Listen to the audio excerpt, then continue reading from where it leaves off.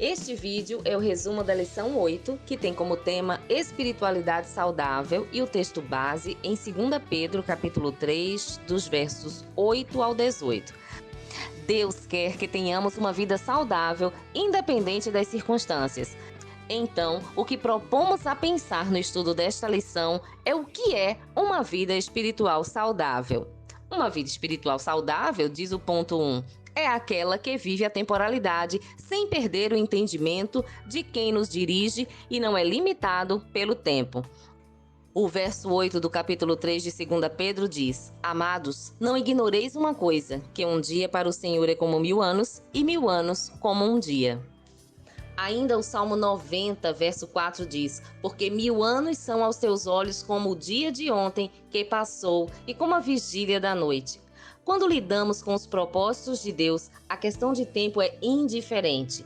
Era isso que Pedro estava ensinando. Nossa vida precisa estar bem sincronizada com o sentido de tempo. O tempo incorpora valores, porque nos faz pensar, refletir e decidir. As nossas decisões são resultados de cada momento que vivemos. É preciso ter uma compreensão do que seja o nosso tempo e o tempo de Deus. As situações e circunstâncias da vida não devem nos fazer parar e estacionar nas preocupações deste tempo presente. Podemos até perder o controle de algumas situações em nossa vida, mas Deus nunca perde o controle do tempo e de nossa vida. Por isso que compreender o tempo de Deus renova a nossa esperança. O segundo tópico, para ter uma espiritualidade saudável, é preciso compreender que o tempo do cumprimento das promessas de Deus tem como base a sua longanimidade. O Senhor não retarda a sua promessa, ainda que alguns a tenham por tardia, mas é longânimo para conosco, não querendo que alguns se percam, senão que todos venham a arrepender-se. Pedro diz que Deus não retarda, ou seja, Deus não trata a sua promessa com indiferença. Não podemos desprezar as riquezas da graça de Deus. Efésios 1:7 diz: em quem temos a redenção pelo seu sangue, a remissão das ofensas, segundo as riquezas da sua graça. Vida saudável compreende que mesmo quando queremos ver um resultado imediato, não podemos esquecer que em todo tempo Deus age com longanimidade, para que tudo em suas mãos venham contribuir juntamente para o nosso bem. O que é vida espiritual saudável? Ela renova a esperança transcendente sem perder os valores de uma vida aqui e agora.